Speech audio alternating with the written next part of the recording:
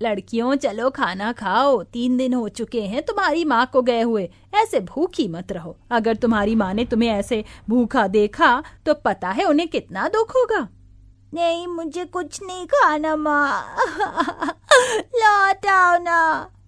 तारा ऐसे मत रो, देखा नहीं अभी चाची जी ने क्या कहा। माँ ने अगर हमें ऐसे देखा तो उन्हें भी दुख होगा। तू चाहती है कि माँ हमारी वजह से दुखी हो जाए? नहीं। चल तो जल्दी से खाना खा ले। वैसे भी तीसरा दिन शोक का आखिरी दिन कहा जाता है, ज्यादा शोक मनाना भी अच्छा नहीं है। आरूही चल तू भी आ। तीनों बहनों का मन तो नहीं था, लेकिन उन्होंने खाना खा लिया। आरोही, तारा और रिद्धिमा की माँ अभी 3 दिन पहले ही गुजरी थी, जिसकी वजह से तीनों बहनें बहुत ज्यादा गम में थी। उनका बाप भी जिंदा नहीं था और अब वो तीनों ही अनाथ हो चुकी थी। जब तक मेहमानों की आड़ जार लगी रही तब तक तीनों बहनों के पास उनकी चाची रही, और सभी के चले जाने के बाद ममता उन तीनों को अपने घर ले आई। वाह चाची, आपका घर तो बहुत अच्छा हो गया है। हाँ, अच्छा तो होगा ही, आखिर तुम्हारे चाचा जी ने मेरे लिए जो बनवाया है। अच्छा, अब तुम तीनों यहाँ आकर ज्यादा इधर उधर को मत तको। पूरे 1 हफ्ते में मैं अपने घर आ रही हूँ, कितना गंदा हो गया है मेरा घर। चलो इसको अच्छे से साफ करो। चाची अभी कर देंगे, वो क्या है ना। मैंने तुमसे पूछा नहीं, बताया है, समझ आया? अगर मेरे घर में रहना है तो काम तो करना पड़ेगा। मैंने तुम्हारा ठेका नहीं लिया है जो तुम्हें बैठा कर खिलाऊंगी। अपनी चाची की बात सुनकर तीनों बहनें चौंक गईं। कल तक जो चाची उनकी माँ के जैसे ख्याल रख रही थी, आज वही परायों की तरह बात कर रही थी। ममता के इस बर्ताव से उन्हें काफी दुख हुआ, लेकिन तीनों बहनों ने अपने आंसुओं को दबा लिया और घर की सफाई की। क्या हो रहा है यहाँ आरोही? अरे संजना, तुम स्कूल से आ गई? हाँ, दिखाई नहीं दे रही हूँ क्या? खैर, मैं तो यहाँ देखने आई थी कि काम वाली अपना काम अच्छे से कर तो रही है। संजना, क्या मैं तुम्हारी काम वाली हूँ? ऑफ कोर्स, तुम मुझसे कम भी नहीं हो। संजना आरोही को चिढ़ाती हुई चली गई, लेकिन आरोही ने उसकी बात का ज्यादा बुरा नहीं माना। ऐसे ही सफाई के बाद खाने का वक्त हुआ। ममता ने रिद्धिमा से सारा खाना बनवाया था और खाने के वक्त ठीक है बैठो। ममता की बात सुनकर ममता के दोनों बच्चे और तीनों अनाथ बहनें खाने के टेबल पर बैठ गईं कि तभी तुम्हारी हिम्मत कैसे हुई हमारे डाइनिंग टेबल पर बैठने की? चाची, वो अभी आरोही की बात पूरी भी नहीं हुई थी कि तभी ममता ने गुस्से में उसके जोरदार थप्पड़ मारा। आरोही, मेरा इतना महंगा डाइनिंग टेबल तुम फकीरों के लिए नहीं है, समझ आया? अभी उतरो इसके ऊपर से। ममता के बोलने पर तीनों बहनें टेबल पर से उतर गईं। ममता ने उन्हें अपने पैरों में नीचे बिठाया और उन्हें खाने के लिए घर का 1 हफ्ते पहले का बचा हुआ बासी और ठंडा खाना खाने को दिया। तुम ये खाओ, तुम इसी के लायक हो। मेरे पास कोई पैसों का पेड़ नहीं उग रहा है जो मैं बेफिजूल में तुम्हें भी पकवान बनाकर खिलाऊं। तीनों बहनों ने नाक मुंह भींचकर उस खाने को खाया। ऐसे ही रात के समय में ममता के बच्चे तो अपने नरम नरम बिस्तरों में सोने के लिए गए, लेकिन ममता ने उन्हें घर में बाहर बनी एक पुरानी सी भूसे की झोपड़ी में भेज दिया, जिसमें एक लाइट तक नहीं थी। दीदी, बहुत डर लग रहा है, यहाँ बहुत अंधेरा है। कोई बात नहीं, डरो मत, मैं हूं ना। चलो इस झोपड़ी में आज तो यूं ही लेटकर सो जाते हैं, सुबह को देखेंगे कि इसको अपने हिसाब से कैसे करना है। रिद्धिमा ने अपनी बहनों को हिम्मत दी और उसके बाद वो तीनों वहीं अंधेरे में सो गईं। रात में उन्हें गर्मी और मच्छरों की वजह से ठीक से नींद नहीं आ पाई थी। दीदी, बहुत मच्छर है और गर्मी भी लग रही है, आप कुछ कीजिए ना।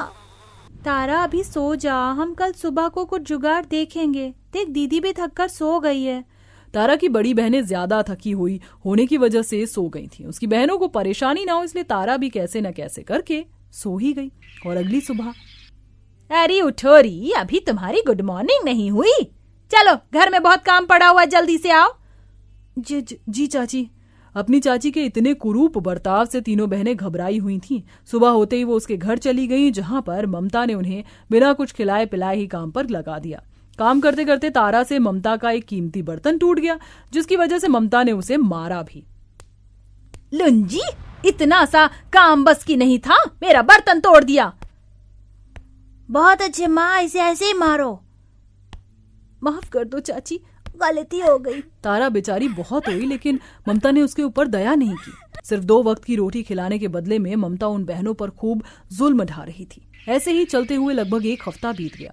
रोजाना अंधेरे और गर्मी में सोना और सुबह से ही ममता के अत्याचार झेलते झेलते अब तीनों बहनें तंग आ गई थीं। एक दिन वो कुछ देर को ममता के गांव में ही टहलने निकली। सुबह सुबह का समय था। टहलते टहलते वो तीनों एक झील के पास आ गई, जहां पर बहुत ही हरी हरी और बड़ी बड़ी घास आ रही थी, और वो घास सभी तरफ ठंडक किए हुए थी। देखो दीदी, कितनी बड़ी और अच्छी घास है, इससे तो सभी तरफ कितनी ठंडक भी हो रही है। सही कहा। तुम्हें याद है ज्यादा गर्मी के वक्त माँ भी घास घर में लगाकर ठंडक करती थी? तो चलो दीदी, थोड़ी घास हम अपने घर में लगाने को ले चले, फिर हमें भी गर्मी नहीं लगेगी। वो तीनों उस घास को वहां से तोड़ लाई और उसे अपने घर में लगाया। झोपड़ी में घास के लगते ही झोपड़ी पूरी तरह से ठंडी हो गई, जैसे कि वहां एसी चला दिया हो। अरे वाह, कितनी ज्यादा ठंडक हो रही है। चलो ना दीदी, इस घास से हम एक पंखा भी बनाते हैं, फिर वो पंखा भी हमें और भी ठंडी हवा देगा। उस दिन उन तीनों बहनों की चाची घर पर नहीं थी। उन्होंने बिना किसी रुकावट के घास के पंखे भी बनाए। हमने ये घास के पंखे बना तो दिए, लेकिन हमारी इस झोपड़ी में तो बिजली ही नहीं है, ये चलेंगे कैसे? पता नहीं, सिर्फ 2 वक्त की रोटी के लिए हमें यहाँ क्या क्या करना पड़ रहा है। यहाँ तो बिजली तक नहीं है। आरोही ने ऐसे बोला ही था कि तभी वो पंखे खुद से ही चलना शुरू हो गए और उनमें से नोटों की बारिश होने लगी। ये सब क्या है? फिक्र मत करो, हम जादुई घास से बने हुए पंखे हैं, इसीलिए हम जादुई हैं और हम जरूरतमंद लोगों की मदद भी करते हैं।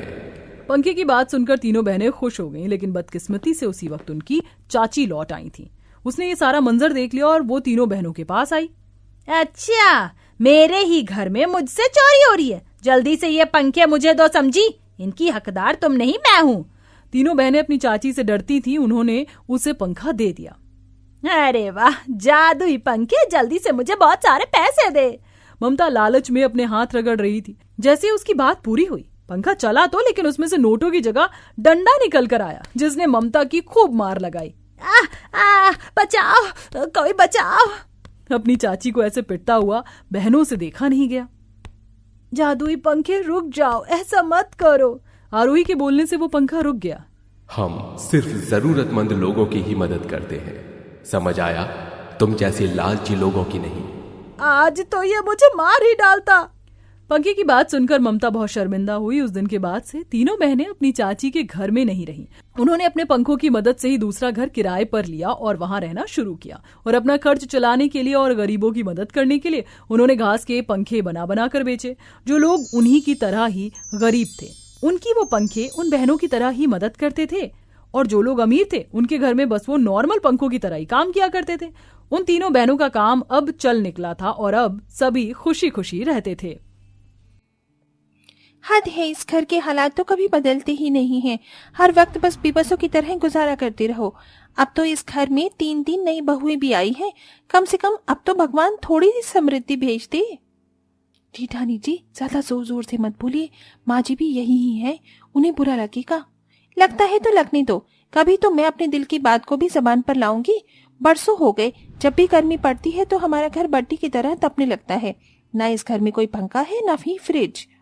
मोहिनी गर्मी की वजह से परेशान हो रही थी और इसी वजह से उसे गुस्सा भी आ रहा था, लेकिन सभी इस बात को समझ रहे थे, इसीलिए कोई भी उससे कुछ नहीं बोला और मोहिनी की बात को सभी ने नजरअंदाज किया।